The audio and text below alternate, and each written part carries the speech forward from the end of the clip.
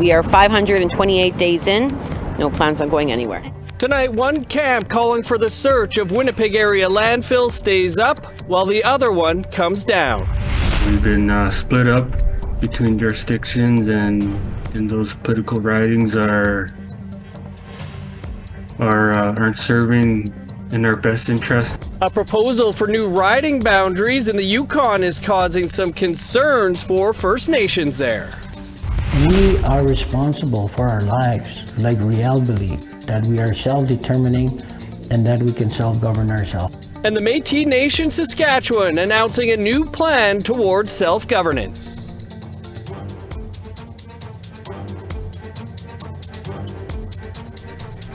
Good evening, I'm Dennis Ward. Welcome to APTN National News. We begin in Winnipeg, where a memorial camp set up near downtown in remembrance of a slain First Nations woman and calling for a landfill search for her remains has been closed. Camp Mercedes went up near the Canadian Human Rights Museum in July 2023. It was named after Mercedes Myron, one of the 4 women murdered by an admitted serial killer. Organizers said their camp would stay up until the Prairie Green landfill, where the remains of some of the killer's victims are believed to be, was searched. Last week, Camp Mercedes announced on Facebook they were closing down. No reason was given. Searches have yet to start, but the provincial government and federal government have contributed $40 million to cover costs. An organizer for the other camp at the Brady landfill says they're staying put until both sites are searched. We have no plans on going anywhere. Our goal from the very beginning, December 18, 2022, was that our camp will stay in place until the landfills, and when I say I'm speaking plural, so I'm speaking of Brady as well, when the landfills are searched and all of our women are brought home. Once that happens and the work is complete and my cousin is laid to rest properly, we will then look at putting that sacred fire out. But for right now, no, we are 528 days in, no plans on going anywhere. An RCMP constable has now been transferred from a remote community in British Columbia after he allegedly posted racist remarks on his Facebook page. Members of the Heiltsuk Nation first reported seeing the posts on the Facebook account of Constable Adrian Robinson, who was stationed in Bella Bella. In one image, he's sitting at a table with a British flag and writes, quote, "Now what's to be done about these pesky natives stirring up trouble in the colonies?" In another image, Robinson is seen in an afro wig and appears to say, "Black and proud, and where's my pick comb?" After a rally outside of the detachment, the RCMP announced the Constable Robinson was being transferred out immediately. Marilyn Slett is the chief of the Heiltsuk First Nation.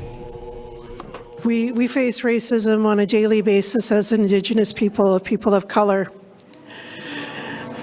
But it does not mean we need to tolerate it in our community, by guests in our community. An electoral commission in the Yukon is proposing some big changes for the territory, and that includes reducing 2 rural ridings by merging them with other ridings. While one First Nation welcomes the suggested change, others are concerned it leaves rural communities without effective representation. Here's Sarah Connors with more. The Casca community of Ross River is located in southeastern Yukon and is home to the Ross River Dene Council. It's separated from the only other Casca community in the territory, not only by distance, but also by an electoral boundary. Ross River is one of 5 communities in the Pelly-Nuzzetlan riding, most of which are geographically distant from each other and include non-Casca nations.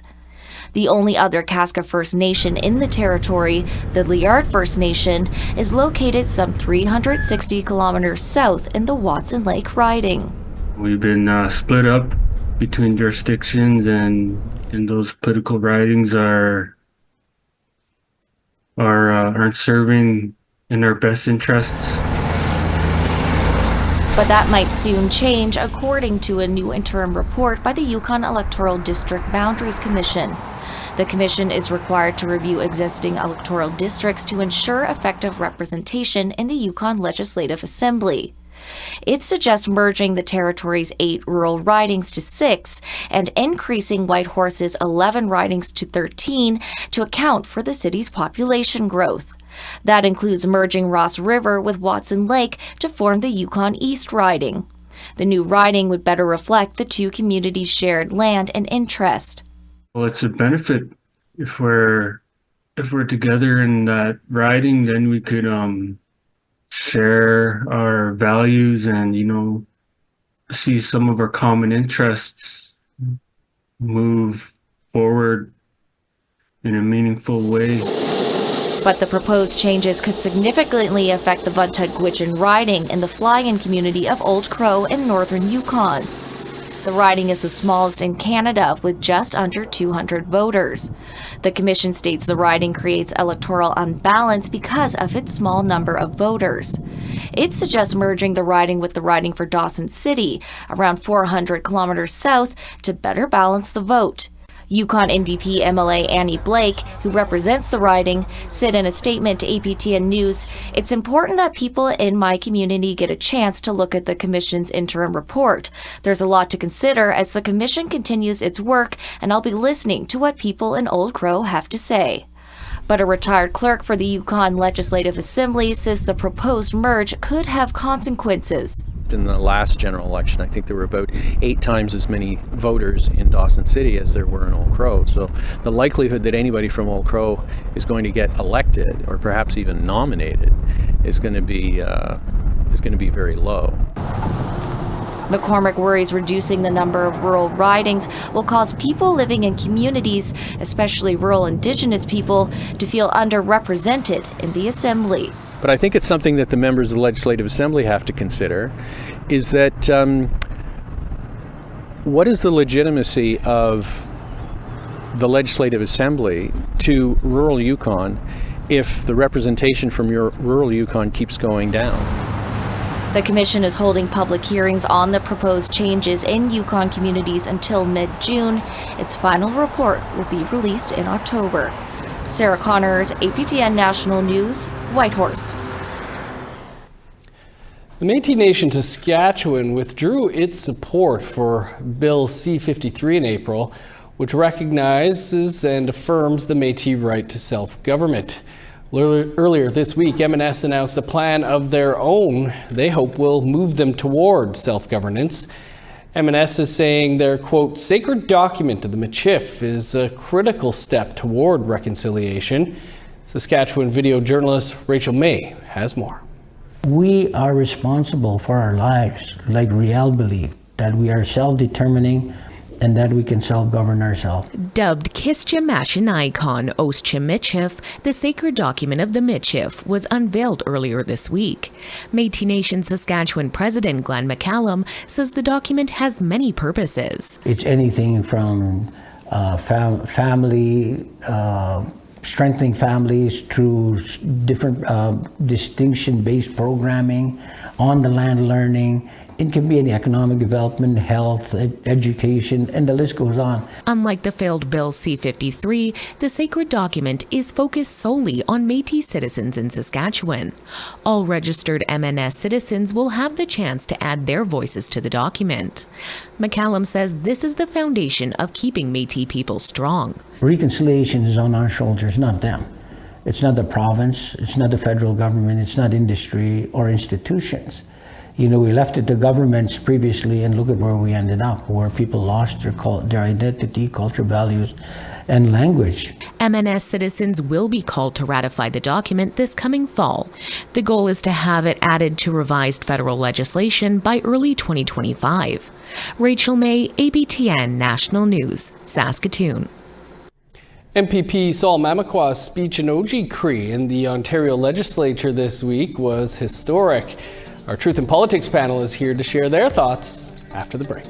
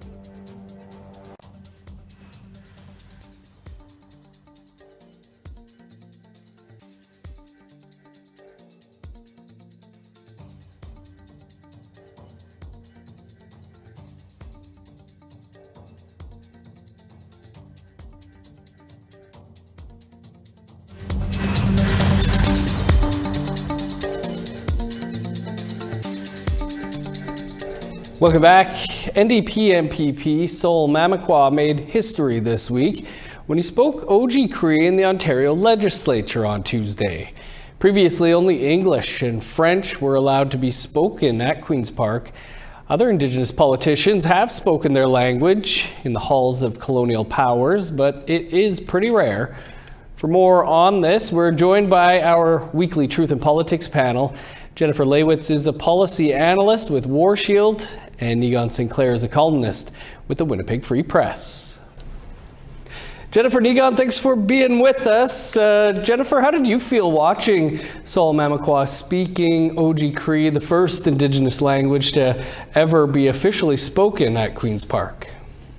I thought it was really powerful. I think this really shows us that, you know, the bridge between Indigenous people existing in politics is starting to widen. And we're starting to have those conversations around these, you know, typical colonial systems that are now not being infiltrated, but our people are representing themselves. And I thought it was really strong how he said that, you know, he almost felt that he couldn't shake the fact that he thought he should continue speaking in English because he thought he was doing something wrong. But really what he was doing was paving the way for so many Indigenous people behind him, especially our youth, to feel comfortable embracing their own language and potentially getting elected one day and feeling comfortable being in these spots. Negon, your thoughts on this historic speech and the reaction from those in the Ontario legislature as well? Yeah, what impacted me the most is his mentor and supporter, Barb Nolan, longtime Anishinaabe speaker, has spent decades just tirelessly working for pennies, if not for free, to save the language amongst our people. And to hear her, the proudness that she had in the speech immediately following was just remarkable, very heartwarming. The one thing that I would say is that, you know, this is something that the infrastructure really had to come up quickly, and they had to make sure that there was supports to be able to enable this speech to take place and for it to be translated, which kind of reminds you of the problems with some of the legislation involving Indigenous languages, particularly C91, in that there's a real funding gap issue in that while it's nice to say, oh, Indigenous people should get services, should be able to deliver speeches, should be able to access government resources in our languages, the infrastructure really isn't there. And it takes a real heavy lifting, a lot of people to be able to do this. I myself have been in courts in which elders have given testimony, and then all that's given at the very end in the transcript, because they don't have transcribers or translators, is spoken in Ojibwe. Meanwhile, remarkable teachings were given in that courtroom in that day. And I think that may be something that in the future there people would want to think very deeply about when we incorporate languages. But at the same time, it's a really important moment, and I don't want to take away from what Jennifer said, which is it always takes a first.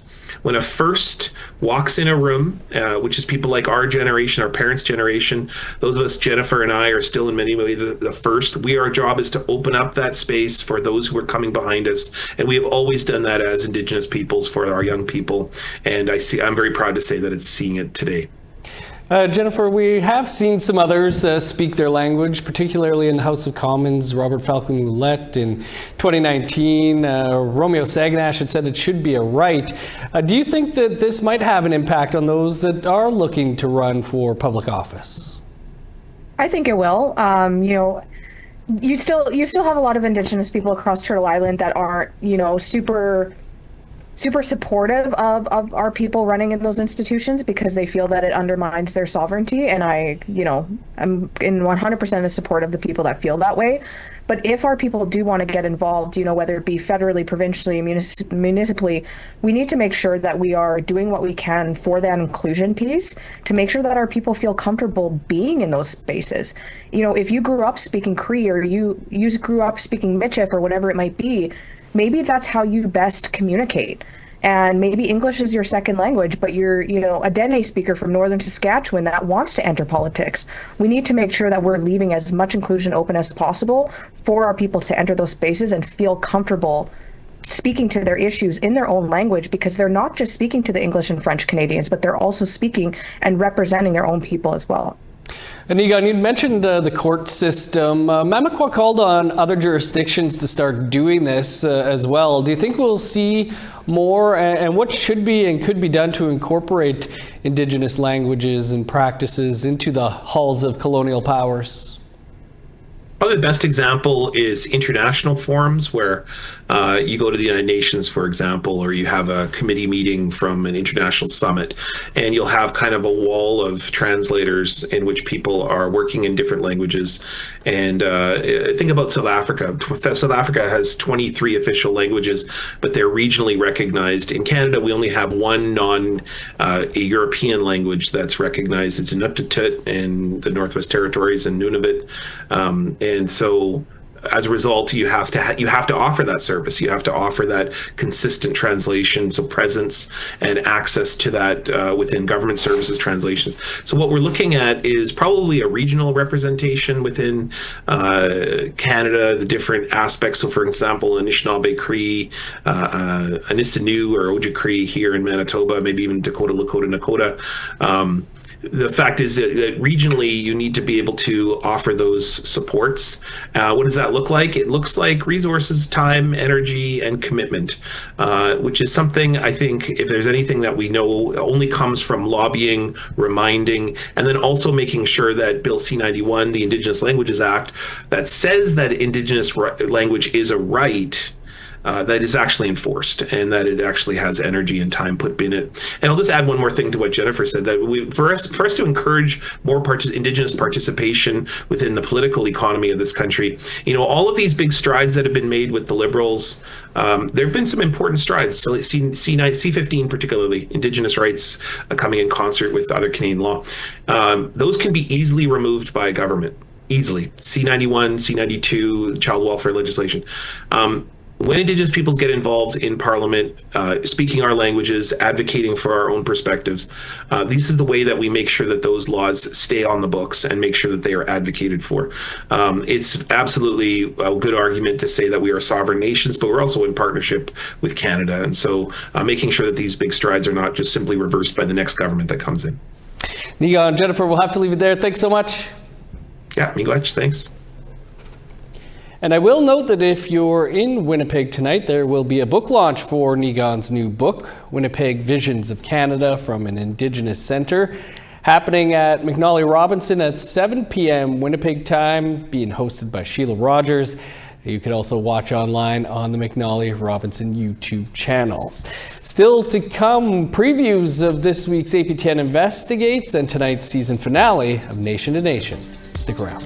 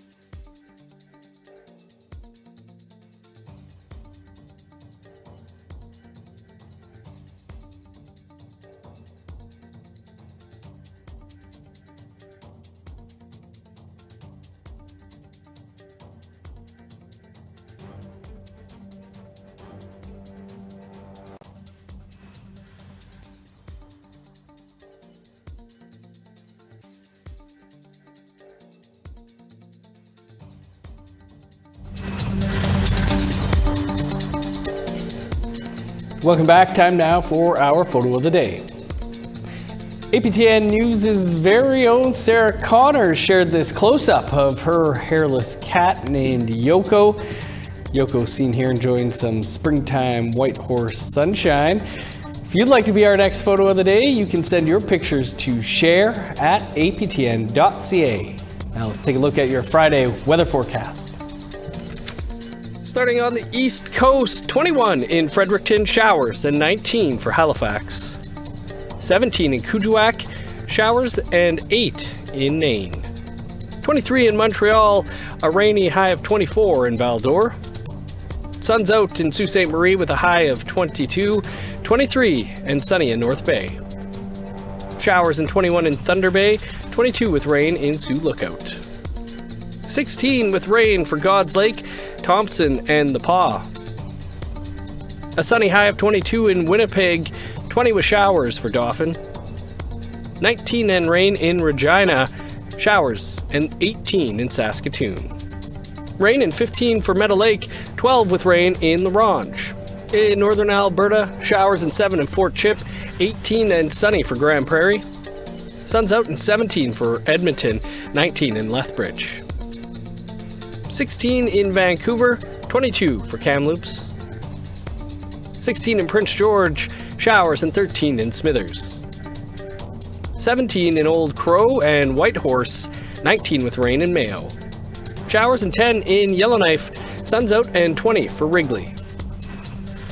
+1 in Sax Harbor, rain, and 3 above in Paulatuck. +1 for Chesterfield, 3 in Whale Cove and Arviette. -5 in Resolute, 1 below with snow in Igloolik.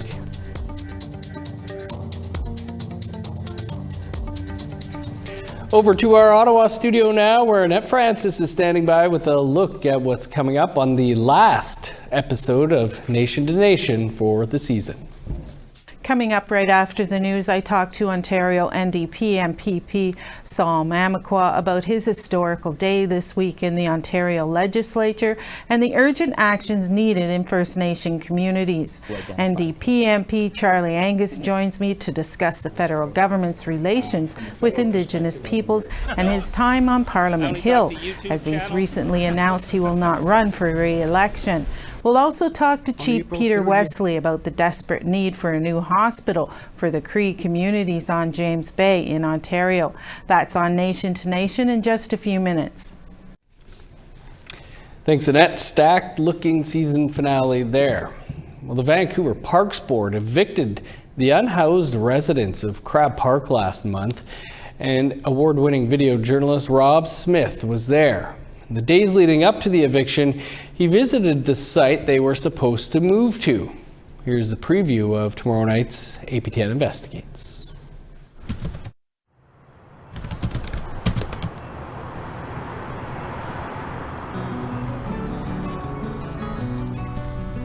While getting coffee, I meet Doug. So what was your story, Doug? Why did you end up on the street yourself? Because of COVID, couldn't pay the bills anymore. And girlfriend was an addict, and it just wasn't working for me, and found myself living in a tent. Why do you keep coming down here? To check on my friends that are still homeless. He's housed and employed now. Doug introduces me to Lynn Thompson. I'm from Treaty 4. I'm an issue. I wish you were an issue. And Makita Martin, two well-known figures in the downtown east side. The trio gets me behind the fence as they inspect the brand new setup. These are $500 tents.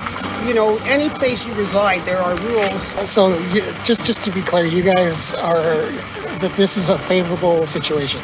Oh, absolutely. Do you think so? This way, it's safe. We had 29 residents and only 6 have moved over. I'm concerned about whether or not these new bylaws are going to stand up in court. The board convened to vote on amendments to its bylaws. Residents fear the new rules grant extraordinary powers of search and seizure to park staff. There hasn't been consultation. We didn't get any of these papers that they gave out. In the end, all in favor? The motion is carried unanimously. The episode is called Wrecking Crew, and you can catch it tomorrow night right here, right after the news. We'll also speak with Rob Smith here tomorrow night on the newscast, fresh off of his Canadian Screen Award win this week. That's all the time we have for your APTN National News for this Thursday. For news anytime, you can visit our website, aptnnews.ca, and be sure to join Creason here tomorrow at 1 p.m. Eastern Time for your first look at the news. I'm Dennis Ward. Marcy Miigwech, thanks for being with us. We'll see you back here tomorrow.